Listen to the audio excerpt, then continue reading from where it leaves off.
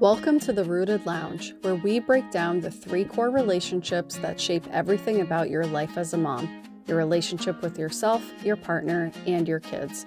We're Monica and Michelle, therapists turned mom coaches, and we know firsthand that motherhood isn't just diapers and to-do lists. It's an identity shift that touches every part of who you are. This ain't your mama's motherhood. Here we mix real mom talk, a little humor, and a lot of truth to help you feel more grounded, connected, and fully alive in your life as a mom. So grab your coffee, hide in the bathroom if you have to, and let's get into today's conversation. Hey everyone, welcome back to the Rooted Lounge. The holidays are over.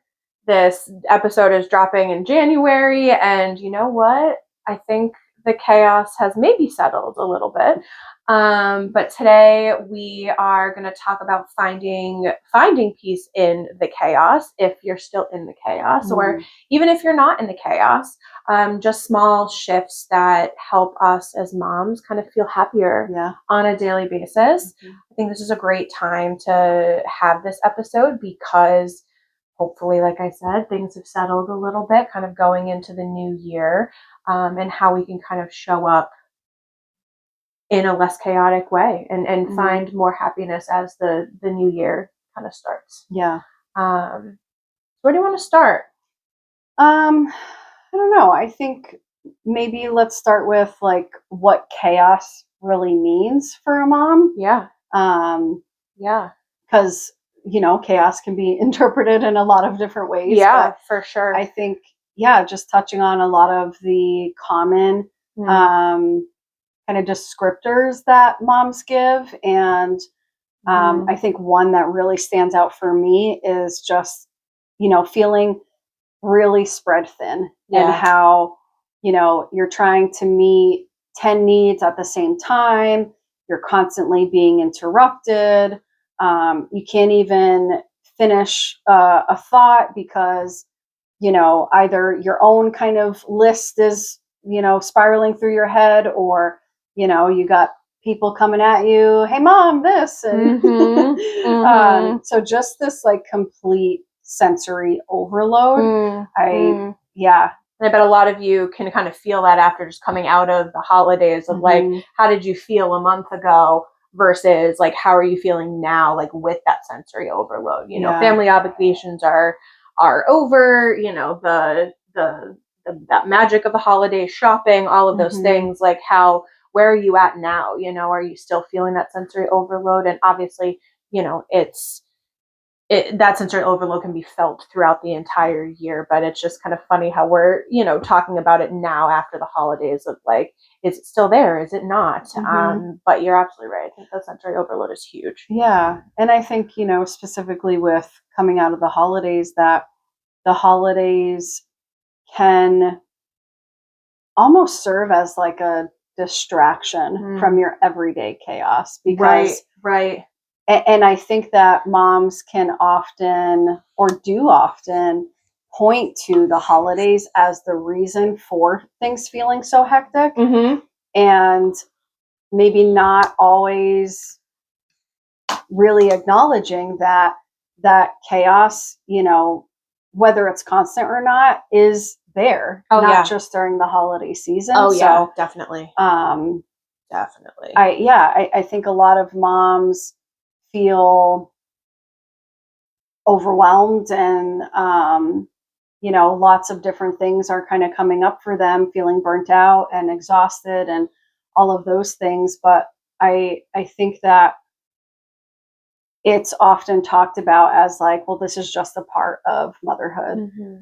So I, just gotta kind of embrace the chaos, and the things have to be crazy all the time. That exactly, that things like have to feel this way, or like this is what's normal in motherhood. And Michelle and I always say that it's what's normal is used interchangeably with what's common, and it might be common, but it doesn't make it normal, or rather it maybe shouldn't be normal, meaning that it's not maybe the most productive, or it's not healthy to feel like you're always just flooded with this sensory overload, or that you're just feeling so spread thin and just continuing to power through because you're like, well, this is just the way that it is. So, let's just keep going. Yeah. And when we're identifying things as chaotic too, it's like waking up one day and be like, oh, I'm going to have such a busy day. Well,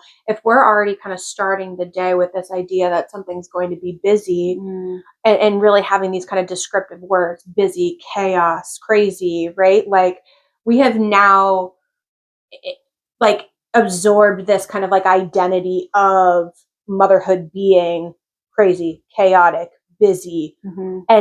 And that's what we're just going to say to people, right? Like, how are things going? I'm super busy, right? Well, what does that mean? You know, like, because busy to one person doesn't necessarily mean busy to the other. And what if it's just like not being busy? Maybe it's your day is filled with things that you very much enjoy to do, even if you're going place to place, right? So I think there's a lot kind of deeper within that, but the narrative behind chaos and crazy and busy, those are the three words that are coming to mind, like really shapes the identity of motherhood. It really does in a not so helpful way. No, I love that you bring that up because I think it really just highlights the fact that one, every individual person has a certain definition and meaning attached to certain words or certain phrases. And I think it's important, one, to be able to recognize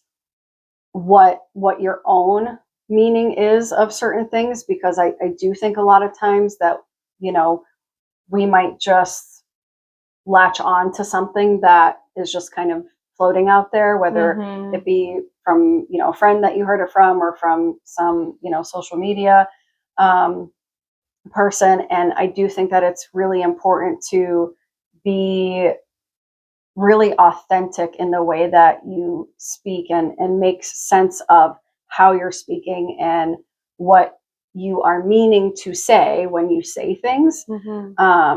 Because when you said busy, what came to mind is, I know sometimes when people ask, like, oh, how, specifically when it comes to business, like, oh, how's business going? And they're like, oh, yeah, we've been really busy. And they're like, oh, good. Like, that's a good thing to be busy, right? Yeah. But if you ask a mom, like, hey, how you doing? I'm so busy, like I never get a break. And it's like, okay, it might be busy work where you're just kind of going from one thing to the next, floating around. I know for me, when I say busy, I mean both. I mean, like, I'm just kind of, going through the motions at times. And then there are other times where I'm like, wow, I felt like I was very busy today, but I was very productive. Like, I got a lot of stuff done and it made me feel really good to be able to accomplish all of these different things. So I do think that it's important, since we're coming out of the previous episode talking about effective communication, that a part of that is knowing how you actually feel about things and what your language and your words actually mean to you, and using them very selectively. Yeah, I love that, because if we're also able to change that narrative and identify, like, okay, what does chaos really look like to me? Because busy and chaos could also mean two totally different things. Busy might mean you're jumping from thing to thing each day, but chaos is like everybody is dysregulated and like nobody can get their shit together. You know what I mean? Like, I think it's really important to understand what those definitions are for you, because then the emotions that come out of it and the way that you show up and your behaviors and your reactions are going to be based on that definition. Yeah, definitely. And the title of this episode is Finding Peace in the Chaos, Small Shifts That Help Moms Feel Happier. So I do want to segue into what it means to be happy, or what it means to feel joy. And joy is absolutely a feeling, but it's also a skill too. And here's what we mean by that. So a lot of times we hear people say, particularly moms, is like, oh, when the kids are older, I will have so much more time for me. Or, when X happens, I will feel happier. And fill in the blank for those examples for yourself. And I think that is a huge disservice that you're doing for yourself, because instead of waiting for an emotion to happen, we can absolutely do things to try to create that emotion. Absolutely. And that's where this skill comes in, is that you can, it's important to recognize that joy actually comes from being intentional, from being present, and really choosing how you want to spend your time, your energy, and your effort. So, as some of you may know, we are all about rooted motherhood, the philosophy that we created. And for those that don't know, what that is that there are 3 core relationships that we have. It's the relationship with ourselves, with our partner, and with our kids. And that's what it's all about, is how can you be really intentional in really everything that you do, so that the result is joy and peace and calm. And it's not that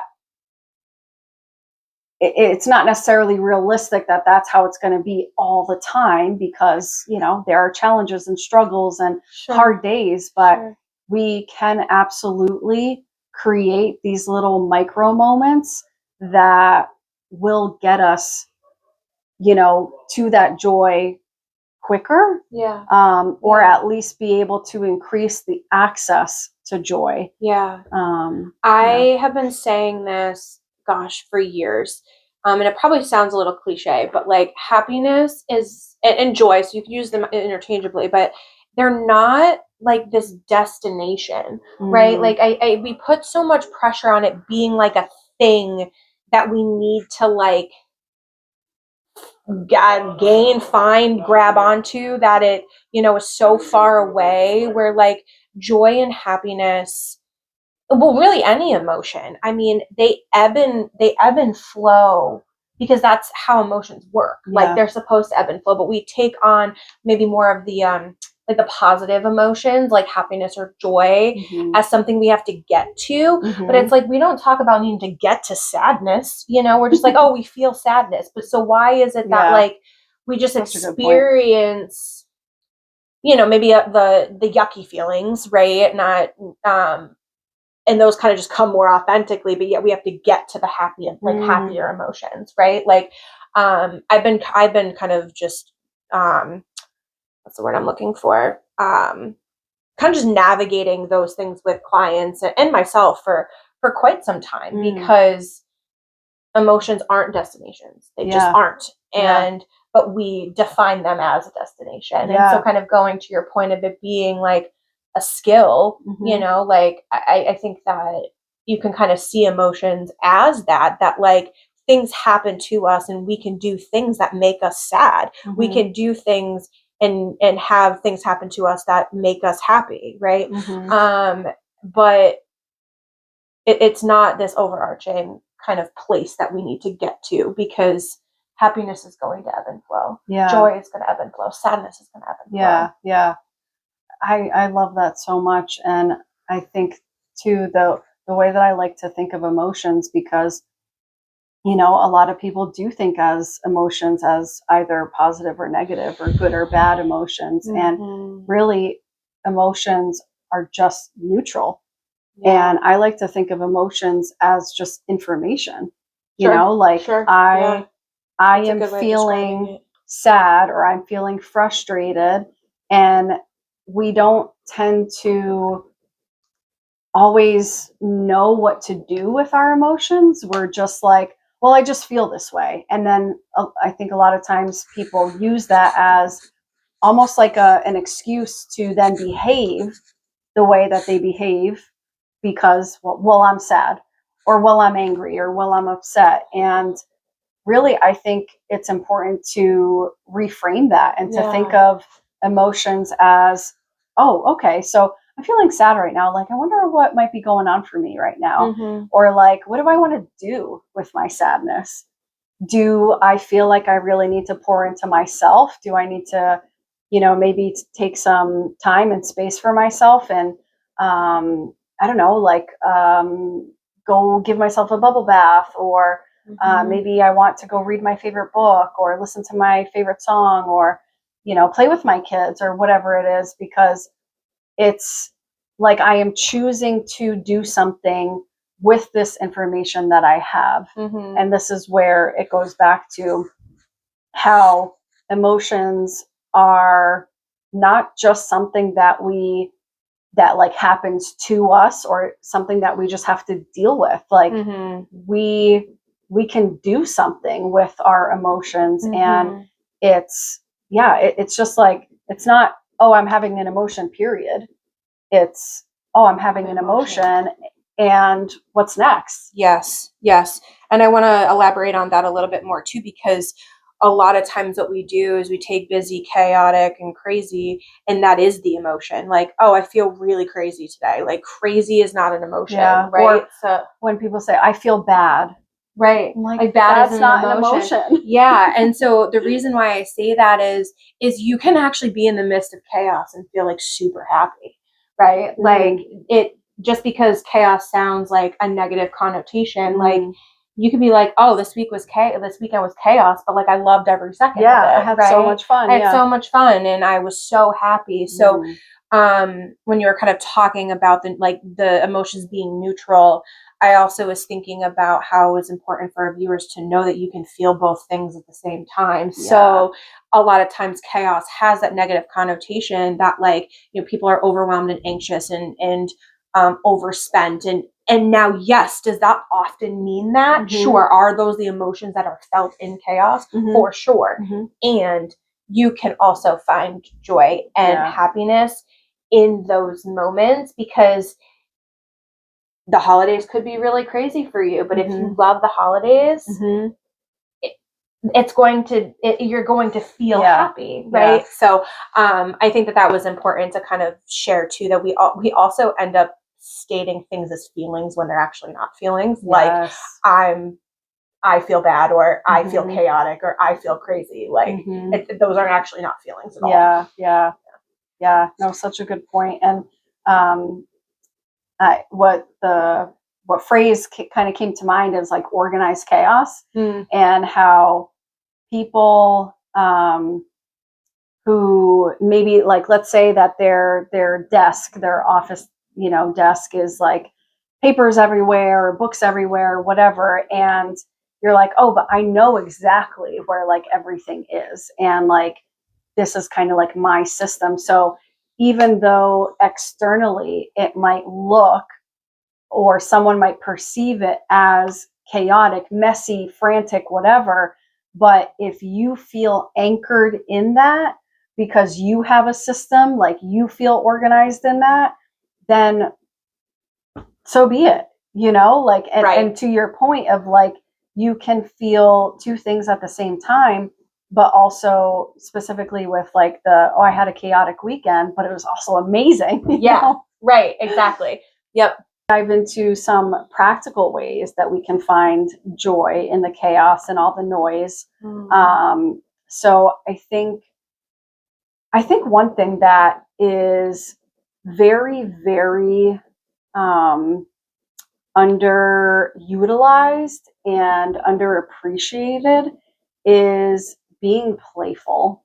I think, especially as adults too, like, we oftentimes think like adulting is serious. Like, we just have to be serious all the time, and life is serious. And like, yes, all the things, but I always say I'm a child at heart. It is so important to be playful, and not just with your kids, but like with your spouse, with your friends. Like, have fun. Like, yes, parts of life are very serious, but what is life if we're taking it too seriously, and we're never allowing ourselves to have fun? And we forget that part of ourselves too, when we are in the midst of these things. And that just kind of made me think of we talk a lot in the clinical world about like your inner child, and any person that knows me knows that I'm like a child at heart. And like I love that comfy blankie, and I still have my stuffed animal from when I was 2. Like and then those are like silly things, but how can we be playful in with other people and with ourselves that give us the sense of comfort? Like I'm always going to love snuggly things from me being a kid, you know, like I would still buy a stuffed animal now at 35, right? Like you know, I know that in some ways like having fun and being playful looks a lot of different ways, and but that's the way that like for me, like I interpret it is like where is my inner child for that to be able to come out, to be silly and to be fun and to be authentic and to not be so serious all the time, that like no, we're not children, but like we can go and play like kids, you know. Like we absolutely can go and do that. And what does that look like? I think we're all children, just in bigger grown-up bodies, for sure. Like, because really, like everything and who we are, all the experiences that we've had, don't leave us just because we're adults. So all of those warm and fuzzy, you know, memories of the stuffed animals and the this and that, like it doesn't go away just because you're an adult. Like. So I think, but go and find those during the noise. You know what I mean? Like I feel so comforted sometimes when I'm just like laying on the couch in like a huge blanket and like my cool little stuffed animal. Like I sound like I'm a child. I am a child, right? But like really and truly, like those things bring me joy and bring me comfort. I mean, I have so many examples of this, and like I think of like you know, in the summer, like oh, don't get me wet. Like, you know, the kids are in the pool. It's like, get in the pool, splash around, have fun. Or like, if it's snowing, you know, like go get in the snow, do some snow angels with your kids. Like have a blast, you know, like, I don't know. It's just like all these things that you can, we feel like we lost. You know, like even, I don't know, just like driving, like, oh, I'm just going to point A to point B, and it's like, no, like really take in like what you're seeing, what you're driving by, you know, like crank up some music, like, you know, sing and kind of dance around, you know, safely while you're driving. But they're all such good things. It's like there's so much fun to be had that we like don't allow ourselves to have sometimes, and it's like we don't. Why? Which goes to the point of like letting go of these invisible rules of like who we have to be as adults. Like there is a time and place to be professional adults, and then there's time and place where like you can be goofy and silly and like engage in the things that have always brought you joy, or maybe trying new things that might bring you joy, right? That we don't need to kind of kill that happiness and that joy because this is what adults do, you know? Like, and I've heard that a lot, and maybe not that context, but in a lot of different ways. And adding on to that, having a list of things that you love, right? And that you know bring you peace and comfort and joy and happiness. And honestly, maybe some of you actually don't know what those things are because you're a different person or whatever, but you do one thing that brings you joy every day. It's going to make such a huge difference in all of the noise. Which goes back to what you were saying about those like micro moments of joy.